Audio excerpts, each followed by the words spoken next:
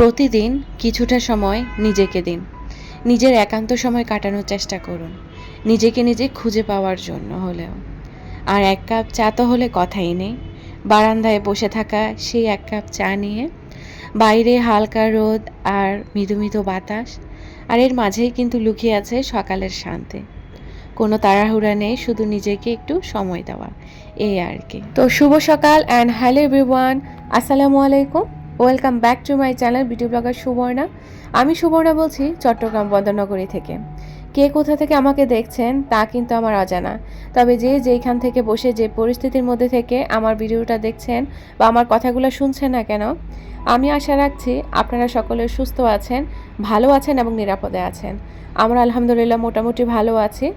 আর যদি কেউ অসুস্থ থেকে আমার আজকের এই ভিডিওটা দেখে থাকেন, তো তাদের সকলের সুস্থতা কামনা করে আমার আজকের এই ভিডিওটা দেখার আমন্ত্রণ জানাচ্ছি। আশা রাখছি যে বরাবর মতো আমার আজকের এই ভিডিওটাও আমার সকল প্রিয় আপু ভাইদের কাছে ভালো লাগতে পারে। আজকের ভিডিওটাতে অনেক ইন্টারেস্টিং কিছু হতে যাচ্ছে। তো খুবই দামি একটা জিনিস বা দামি একটা ফার্নিচার বলবো। তো আমি সেটা খুবই রিজনেবল প্রাইসে আমি আমার সংসারের জন্য কিনেছি বা আমি আমার বাসার জন্য কালেক্ট করেছি। তো সেটা জানতে হলে বা দেখতে হলে কি ফার্নিচার কিনেছি, তো সেটার জন্য হলেও কিন্তু পুরো ভিডিওটা জুড়ে থাকতে হবে। এছাড়াও আমার ঘর সংসারের কাজ তো আছে। তো এই ছিল আর কি আমার আজকের এই ভিডিওখানা। তো আশা রাখছি যে স্কিপ করা ছাড়া পুরো ভিডিওটা দেখলে আপনাদের কাছে ভালো লাগতে পারে। তো শুরুতেই তো ভোরে ফজরের নামাজ পড়ে আমি যখন বেলকনিতে যাই, আমার বেলকনি থেকে যে বাইরের এই ভিউটা দেখা যায় আমার কাছে এত বেশি ভালো লাগে। তো সেদিন ছিল 16ই ডিসেম্বরের সকালবেলার সিন আর কি ওটা।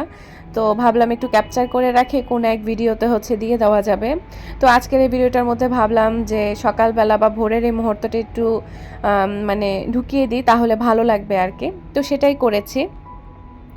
তো সকালবেলা তো খুব সুন্দর করে আয়েশ করে কতক্ষণ বেডে শুয়েছিলাম। এখন তো আর শুয়ে থাকা চলবে না।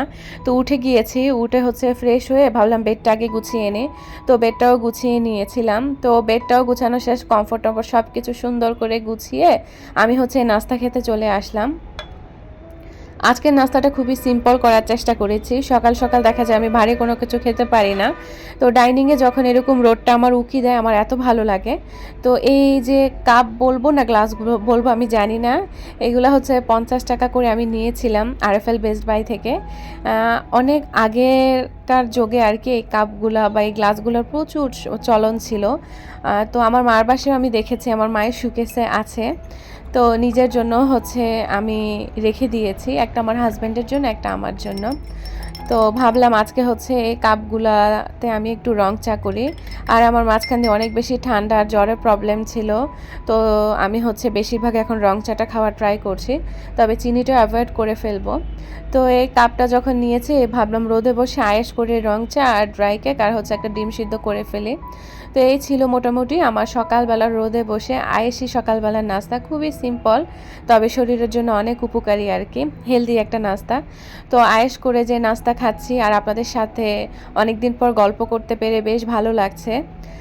আপনারা যারা আমার ভিডিওটাতে ক্লিক করে ফেলেছেন তারা প্লিজ আমার ভিডিওটার মধ্যে ছোট্ট একটা লাইক বাটনে লাইক প্রেস করে আপনার যতটুকু ইচ্ছা কন্টিনিউ করবেন। আর নতুন হয়ে থাকলে আমার চ্যানেলটা সাবস্ক্রাইব করে পাশে থাকা বেল বাটনে অল অপশনটা চাপ দিয়ে আমার চ্যানেলটার সঙ্গে হয়ে থাকতে পারেন। এতে করে যখনই আমি নতুন কোনো ভিডিও আমার চ্যানেলে আপলোড করব আপনি ইজিলি দেখে নিতে পারবেন, আর আপনার কাছে কিন্তু নোটিফিকেশন আকারে চলে যাবে। আর যারা অলরেডি এই কাজটা করে আমাকে প্রতিনিয়ত উৎসাহ দিয়ে যাচ্ছেন তাদের প্রতি রইল মন থেকে অনেক অনেক শ্রদ্ধা, সম্মান আর ভালোবাসা। আর প্লিজ ভিডিওর নিচে কমেন্ট বক্স তো আছে, সেখানে আপনার মূল্যবান মতামতটা জানিয়ে দেওয়ার চেষ্টা করতে পারেন। জানতে পারলে আমার কাছে অনেক অনেক বেশি ভালো লাগবে। আর চাইলে ফ্রেন্ডস অ্যান্ড ফ্যামিলির মাঝে আমার চ্যানেলের ভিডিওগুলো বা লিঙ্কটাও শেয়ার করে রাখতে পারেন। তো চলুন ফিরে আসা যাক আমার মূল ভিডিওতে। অনেক তো রিকোয়েস্ট করা হলো, আমি জানি আমার আপু ভাইয়ারা অনেক লক্ষ্মী যারা আমার ভিডিওটা দেখছেন, তারা ছোট্ট একটা লাইক করে আর আমার চ্যানেলটাকে সাবস্ক্রাইব করে সামনের দিনগুলোতে এগিয়ে নিয়ে যাবেন। তো যাই হোক, আয়েশ করে তো সকালের নাস্তাটা খেলাম। ভাবলাম আর বসে থাকলে চলবে না, ঘরের কাজে হাত লাগিয়ে দিই। শীতের দিন বলে কথা, দেখা যায় কি একটু অলস করে যদি সকালবেলা সময়টা কাটানো যায় তাহলে কিন্তু দুপুর হয়ে যায়, তো কাজের আর কোনো টাইম পাওয়া যায় না। ভাত টাত খেতে খেতে 4টা 4:30 বেজে যায়। তো এই জন্য দেখা যায় কি আমি 12টার মধ্যে আসলে দেখা যায় কি ঘরের কাজকর্ম রান্নাবান্না সবগুলো শেষ করে নেওয়ার চেষ্টা করি। কোনো দিন একটাও বেজে যায়। তো আমি যেহেতু এখন ভোরে উঠে যাই, তো ভোরে ওঠার কারণে আমার ঘরের কাজ অনেকখানি শেষ হয়ে যায় সকাল সকালে। তো রান্না বান্নাটা করতে করতে দেখা যায় কি 12টা 1টা বেজে যায় আর কি এরকম। তো যাই হোক, এখানে হচ্ছে কথা বলতে বলতে আমি নাস্তা খাওয়ার পরই একটু থালা বাসন হয়েছে, সেগুলো ওয়াশ করে ফেলেছি। তারপর ডাইনিং টেবিলটা হচ্ছে একটু নিউ আরেকটা সেটআপ দিলাম, যেভাবে নর্মালি আমি রাখবো সেটাই করিয়েছি। আপনারা সকলে আমার ডাইনিং টেবিল আর ডাইনিং টেবিলের কটটা এবং সাজানোটা প্রিভিয়াস ব্লগে খুব পছন্দ করেছেন, তো আপনাদের কমেন্টে বুঝে গিয়েছে। আসলে ভালো লাগা ভালোবাসা এগুলো ওইভাবে প্রকাশ করার কিছু নেই বলে ছোট একটা কমেন্টেই বোঝা যায় আপনারা আমার ব্লগগুলো কতটা ভালোবাসার সহিত দেখেন। ইভেন এই কয়টা দিন যে ভিডিও দিনে আপনারা কিন্তু আমাকে কমেন্ট বক্সে কমেন্ট করে জানিয়েছেন আমার ব্লগের অপেক্ষায় আছেন বা আমাকে মিস করছেন, আমি সুস্থ আছি কিনা সেটাও জানতে চেয়েছেন। আল্লাহ তাআলার কাছে লাখো কোটি শুকরিয়া যে এরকম ভালো মনের মানুষগুলোকে আমি পেয়েছি, আমার খোঁজ খবর নিচ্ছেন, এটাই আলহামদুলিল্লাহ। দোয়া করি সকল আপু ভাইয়ারা যেখান থেকে বসে আমার ভিডিওটা দেখছেন বা কথা শুনছেন, সবাই ভালো থাকুন, সুস্থ থাকুন আর পরিবার নিয়ে অনেক বেশি ভালো থাকুন, এটাই আমি চাই। তো আপনাদের সকলের সাথে কথা বলতে বলতেই কিন্তু আমি দেখুন ডাইনিং টেবিল, তারপর আমার ডাইনিং রুমে যা যা আছে সব কিছু আমি ক্লিন করে ফেলেছি। আর আমি হচ্ছে ডাইনিং রুমের মধ্যে জানালার গ্রিলে কিছু ইনডোর প্ল্যান্ট ঝুলিয়ে রেখেছি, এগুলোর নতুন নতুন পাতা গজিয়েছে, নতুন বেবি হচ্ছে, যেটা দেখতে পেরে এত বেশি ভালো লাগছে। আর এরকম লতানো গাছগুলো ঝুলিয়ে রাখলে কিন্তু ঘরটা দেখতেও ভালো লাগে। গাছ দিয়ে ঘর সাজানোটা আমার বরাবরই পছন্দ। সবুজের ছোঁয়া থাকলে বাসাটাও দেখতে ভালো লাগে, প্রাণবন্ত লাগে। তো যাই হোক, ঘর গুছানোর পরে যখন ওভারভিউটা শেয়ার করছিলাম, তখন আমার এক আপুর কমেন্টের কথা মনে পড়লো। আপু হচ্ছে আমার ওয়াশিং মেশিনটা দেখতে চেয়েছিল আর এটা কেমন সার্ভিস দেয় সেটাও জানতে চেয়েছিল। আপুর নামটা আসলে এই মুহূর্তে মনে নেই। অনেক আপুরে আসলে কমেন্ট করেন, নামও নিতে বলেন, তবে রেগুলার বেসিসে যেহেতু ভিডিও দেওয়া হয় না, এই জন্য কারো নাম ওভাবে নেওয়াও হয় না, এতে করে কেউ কিছু মনে করবেন না। তো আমার ওয়াশিং মেশিনটা যে আপুটা দেখতে চেয়েছিল আমি পুরোপুরি দেখিয়ে দিয়েছি, ভিতর বাহির সব কিছু। এটা হচ্ছে শার্প ব্র্যান্ডের একটা ওয়াশিং মেশিন, 8 কেজি ওয়েটার আর কি। 8 কেজির উপরে দেওয়া যাবে না, 8 কেজির নিচে কাপড় চোপড় ওয়াশ করা যাবে।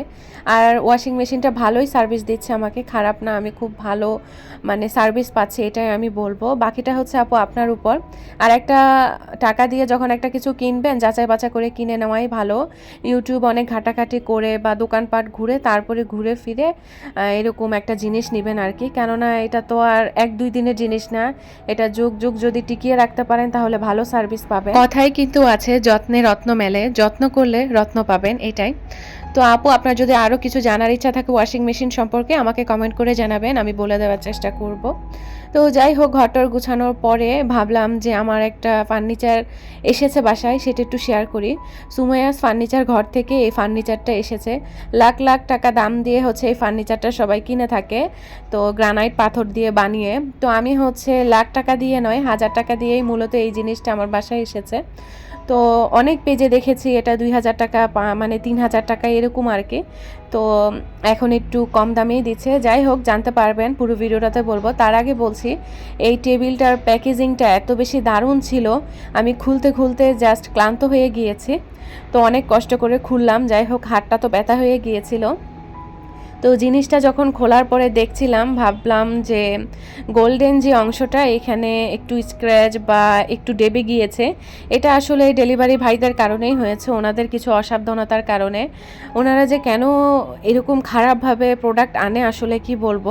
একটু যত্ন সহকারে আনলে কিন্তু দেখা যায় কি আমরা যারা প্রোডাক্ট নিয়ে বা কিনে থাকি তারা কিন্তু খুব সুন্দর একটা জিনিস টাকা দিয়ে কেনার পরে হাতে ভালোভাবেই পাই, আর খারাপ লাগে না। কেননা টাকা দিয়ে যখন একটা জিনিস কিনি আর খুব আশা রেখেই কিনি, কিন্তু তো সেই আশাটা যখন একটু বিফলে যায় বা জিনিসটা ড্যামেজ হয়ে যায় বা খারাপ হয়ে যায় তখন কিন্তু খুব খারাপ লাগে। তবুও আর কিছু বলার নেই আসলে। তবে হাতে পেয়ে জিনিসটা এত বেশি ভালো লাগছে আর খুশি হয়ে গিয়েছে। তো ধন্যবাদ সুমাইয়াস ফ্যাশন ঘরকে যে এত সুন্দর একটা জিনিস আমার হাতে খুব সেফটিভাবে পৌঁছে দেওয়ার জন্য। আপনারাও চাইলে কিন্তু সুমাইয়াস ফার্নিচার ঘর থেকে এই পণ্যটি সংগ্রহ করে রাখতে পারেন। লাখ লাখ টাকা দিয়ে বা 1000 টাকা দিয়ে না কিনে আপনারা যদি খুব কম বাজেটের মধ্যে এই সুন্দর এই ফার্নিচারটা ঘরে রাখতে পারেন তাহলে ক্ষতি নেই আমি মনে করি। আর আমি দুঃখিত আসলে, আমার বাসায় ইদানিং এত বেশি মাছির কারণে আমি অনেক নাজেহাল অবস্থায় পড়েছি। এই মাছি দূর করার যদি ঘরোয়া কোনো টিপস থাকে অবশ্যই আপুরা জানাবেন আমাকে, আমি একটু উপকৃত হব আর কি। তো ফার্নিচারটা নিয়ে আবারও বলছি আপনাদেরকে কিছুক্ষণ পরে। আমি তো বেডটা গুছিয়ে যাওয়ার পরে মানে গুছিয়ে টুছিয়ে আমি চলে গিয়েছি। তো এখন ভাবলাম আবার একটু নতুন করে রুমটা সাজাই, যেহেতু একটা কিউট আর এত সুন্দর একটা ফার্নিচার হাতের কাছে পেয়ে গিয়েছি। এতদিন ধরে হচ্ছে আমি বেড সাইড টেবিল হিসেবে আমার এই সোফার যে কর্নারের সেন্টার টেবিলটা আছে ওটাকে আমি ব্যবহার করেছি। তো ওটা এতদিন ছিল, তো ওইটাকে এখন সরিয়ে আমি হচ্ছে এই গোল টেবিল বা রাউন্ড টেবিলটাকে হচ্ছে আমি এখন বেড সাইড টেবিল হিসেবে ইউজ করব। তো এই টেবিলটার যে চারিদিকে যে গোল্ডেন বর্ডারগুলা এগুলার কারণেই কিন্তু এই রাউন্ড টেবিলটা সৌন্দর্যটা বহুগুণে বেড়ে গিয়েছে। সাদা তো এমনিতেই শুভ্রতার প্রতীক, তার সাথে হচ্ছে আবার গোল্ডেন কালার কম্বিনেশন, জাস্ট অসাধারণ আসলে। মানে একদম কি বলবো, রয়্যালের উপর রয়্যাল হয়ে গিয়েছে আর কি, মানে এলিগ্যান্ট একটা লুক দিচ্ছিল কি বলবো। আসলে ভাইয়াদের ফিনিশিংও খুবই ভালো ফার্নিচারে, তারপর হচ্ছে খুবই যত্ন সহকারে বানিয়েছে, যেটা না বললেই নয়।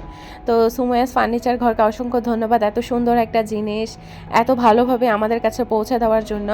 তো যাই হোক, এখন বলি ডেকোরেশন করতে করতে যে এই জিনিসটা আমি কত টাকা দিয়ে বা কত দিয়ে পারচেস করেছি।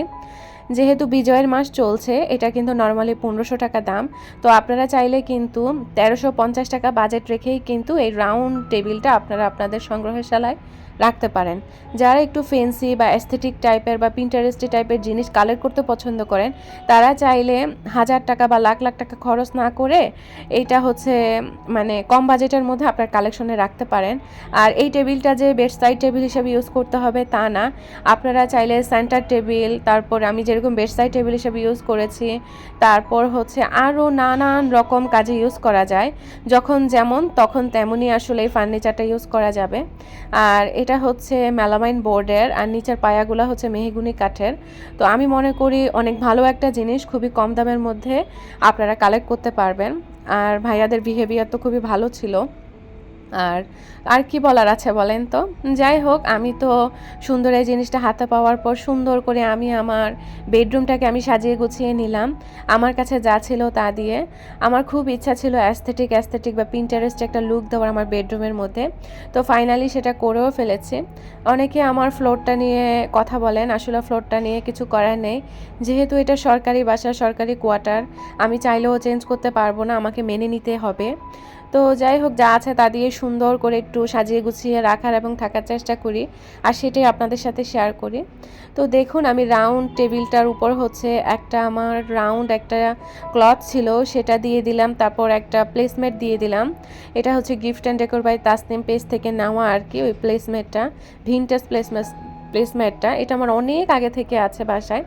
তো কিছু হচ্ছে পখি ক্যান্ডেল দিয়েছি, একটা কাপ রেখেছি, কিছু টিউলিপ রেখেছি। টিউলিপ না রাখলে তো নাই হবে, তো সেই জন্য এভাবে রেখে দিলাম। আমার খুব বেশি ভালো লাগে টিউলিপ ক্যান্ডেল এগুলা। তো যাই হোক, আমার সংসার গুছানোটা আমার অনেক বেশি ভালো লাগে। সংসার গুছানো থাকলে আমার মন মাইন্ড সব কিছু ফ্রেশ থাকে। এই জন্য দেখা যায় কি সব সময় আমি ঘর গুছানোর কাজে লিপ্ত থাকি, আর সংসারেও কিন্তু মন বসে, ভালোও লাগে আসলে। নিত্য নতুনভাবে ঘর সাজাতে কিন্তু খারাপ লাগে না, মন্দই লাগে। আমার এই নতুন ফার্নিচারটা কেমন হয়েছে আর সুন্দর করে যে আমি বেডরুমটা সাজিয়েছি সেটা সাজানোটাও কেমন হয়েছে অবশ্যই কমেন্ট বক্সে কমেন্ট করে জানাবেন। এই ছিল মূলত আর কি আমার ইন্টারেস্টিং পার্ট। সাজানোর পরে আমার কাছে এত বেশি ভালো লাগছিল আমি বলে বোঝাতে পারবো না। তো যাই হোক, অনেক তো সাজানো গুছানো হলো, এবার তো পেট পুজো করতে হবে, তাই তো। তো রান্নাঘরে চলে আসলাম। আজকে হচ্ছে হাঁস রান্না করব। তো বেঙ্গল মিট থেকে হচ্ছে এই হাঁসটা আনা হয়েছে। তবে হাঁসের প্যাকেটটা খোলার পরে দেখি কি ভিতরে হাঁসই তেমন নেই, ওই যে সোনালি বা কক মুরগিগুলো আছে না, এগুলো ঢুকিয়ে দিয়েছে কিছু। তো আসলে এত বেশি খারাপ লাগে আসলে যে মানুষ মানুষকে কি পরিমাণ ঠকায় দেখছেন। তো যাই হোক, আমি প্রথমে বুঝতে পারিনি, তো যখন রান্না করতে করতে বা খাওয়ার টাইমে বুঝলাম যে হাঁসের গোশে তো এরকম মোটা মোটা বুকের অংশ থাকে না, এইটা আবার কি। পরে আমার হাজব্যান্ড বললো যে এগুলো তো কক মুরগি ঢুকিয়ে দিয়েছে। তো যাই হোক, কিছু করার নেই, হকহালালি টাকা আসলে মানুষ এইভাবে নষ্ট করে, কিছু আর বলার নেই। আল্লাহ এদেরকে হেদায়াত দিক, এটাই। তো যাই হোক, সুন্দর করে হচ্ছে প্যাকেট থেকে গোশটা বের করে ধুয়ে টুয়ে আমি তো হাঁস রান্নার প্রসেসিংয়ে করেছি, হাঁস রান্নায় কী কী লাগে সেগুলাই রেডি করেছি। আর নতুন আলু দিয়ে যদি হাঁস রান্না করি খুব ভালোই লাগবে, এটাই মাথায় ছিল। তো সব কিছু আগে থেকে যদি রান্নার আগে আর কি যদি সব কিছু প্রসেসিং করে রাখা যায়, রান্নাটা করতে অনেক বেশি সহজ হয়ে যায়। তো আমি তো ভাত বসিয়ে দিয়েছিলাম ওই যে হাঁস টাস বা সব কিছু রেডি করতে করতে। তো ভাতের মাড় গালতে দিয়েছিলাম, তো একটু সেঁকে নিয়েছি চুলাতে দিয়ে। তো ভাতটাও হয়ে গিয়েছে, এখন হচ্ছে একে একে আমার তরকারিগুলো রান্না করার পালা। ঘর গুছাতে গুছাতে অনেক বেশি দেরি হয়ে গিয়েছে। আসলে নতুন কোনো জিনিস যখন সংসারের জন্য কিনতে পারি, এটা দিয়ে কখন সাজাবো একটা মাথায় কাজ করে আর কি। তো ওই চিন্তাধারা থেকেই সুন্দর করে যখন ঘরটা গুছিয়েছে আমার এত বেশি শান্তি লেগেছে। এখন মন মতো আমি রান্না করতে পারবো। তো এটাই তো, হাঁস রান্নার জন্য আসলে যা যা দরকার সেগুলাই রেডি করে নিয়েছি। আমি হচ্ছে মাংসগুলা, তারপর হচ্ছে আলু, এগুলা ধুয়ে টুয়ে আমি একটা স্টেইনারে রেখেছি।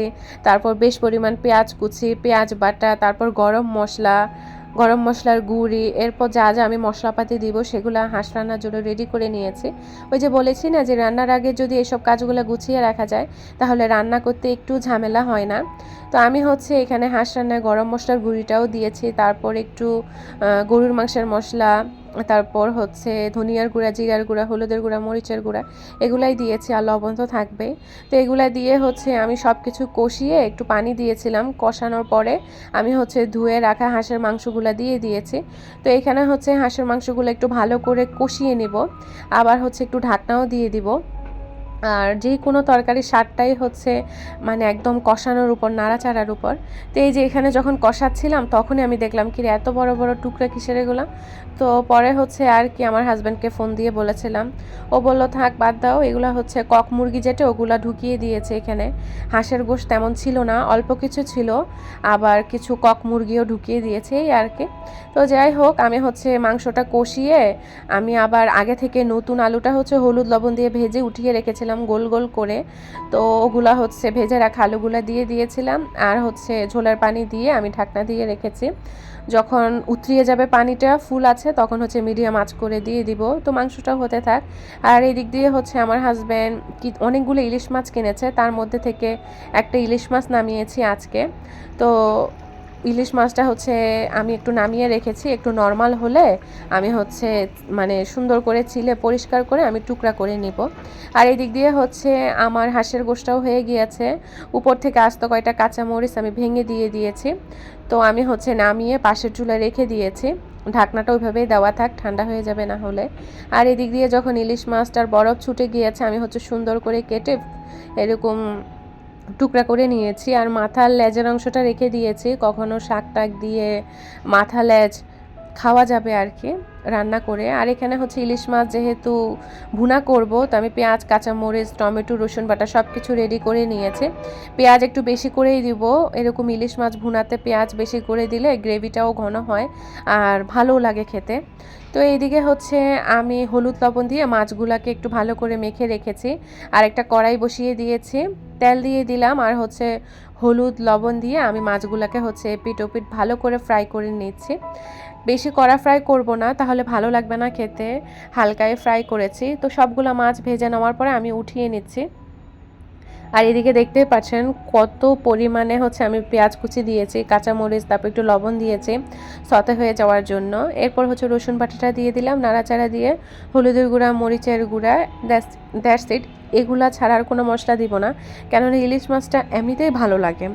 আর নর্মাল মশলাপাতি দিয়ে যদি রান্না করা যায় তাহলে তো কথাই নেই, লাজবাব আর কি।